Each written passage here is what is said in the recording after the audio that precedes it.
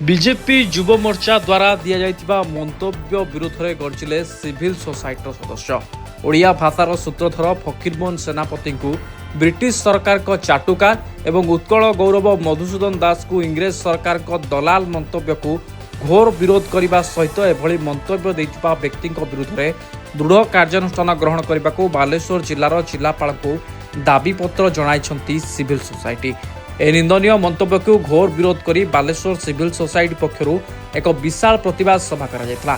सदस्य माने एकत्रित होई बालेश्वर जिलापाल को साक्षात करने सहित एक स्मारक पत्र प्रदान करिसेंती। ओडिशार बरपुत्र मानकु सर्वसम्मुख में अपमानित करिथिबा उक्त व्यक्ति विरोध में तुरंत एवं दृढ़ कार्यानुष्ठान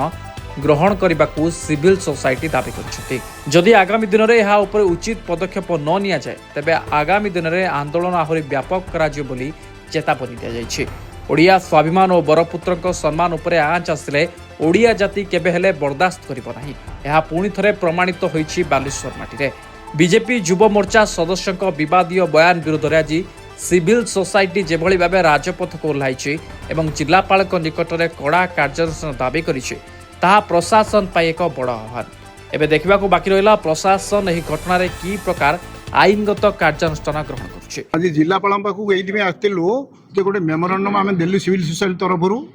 जनक व्यक्ति नाटा आमर संपादक तो कहते आम नवाक चाहूँ से युव बीजेपी युव मोर्चार सभापति थाई जोपरी भाव में जो ओडिशार बरपुत्र मानक जोपरी अपमान दौरान से अपमान सह्य कर तेणु युवा एक अक्षम्य अपराध। तेणु आम बाध्य होइकिरी आज केवल देचु दाबीपत्र जिलापाल पाखरे एवं जदि ओडिशार माननीय मुख्यमंत्री एटा को सुविचार करी तापर जदि उपयुक्त कार्यानुष्ठान ग्रहण न करती तेबे आम बाध्य होइकिरी आगामी दिन में एक बड़ आंदोलन यही बालेश्वर जिला आरंभ करूँ एवं यह आस्ते आस्ते ओडिशा को व्यापिब एवं ओडिशा बंद करने आम चेष्टा करूँ कहीं ना केबे हेले बरपुत्र मान अपमान को आम केबे सह्य करूँ ना। यहाँ आमर दृढ़ संकल्प एक कथा आम आसी नु आपण मैंने भी आसते ये हूँ ओडिया भाषाभाषी आज स्वाभिमान जे जहाँ को कहते अस्मितार प्रश्न उठी जड़े राजनैतिक लोक एवं सी होती गोटे निर्दिष्ट राजनैतिक दलर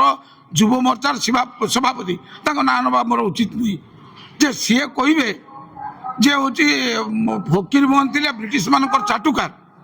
सी कहे मधुबाबू थे ब्रिटिश मानकर दलाल ए कथा को आम दृढ़ भाव में आम खंडन करुँ जे जो माने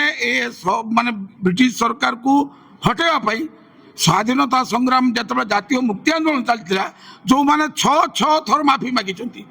जे से उद्भव होती कौन आशा कर आम दृढ़ भाव में निंदा करुँ। आम आज जिला प्रशासन को स्मारक पत्र देलु विरुद्ध जदि दृढ़ कार्यानुष्ठान ग्रहण करा न जाए महापुरुष मान को अपमान करू लज्जित करें आम बालेश्वर बंद आह्वान देवु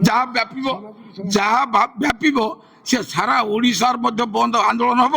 एवं आज जो सिविल सोसाइटी ना स्मारक पत्र जाइए मात्र बालेश्वर जो सामाजिक संगठन गणतांत्रिक संगठन महिला संगठन छात्र संगठन युव संगठन श्रमिक कर्मचारी मेहनती मनीष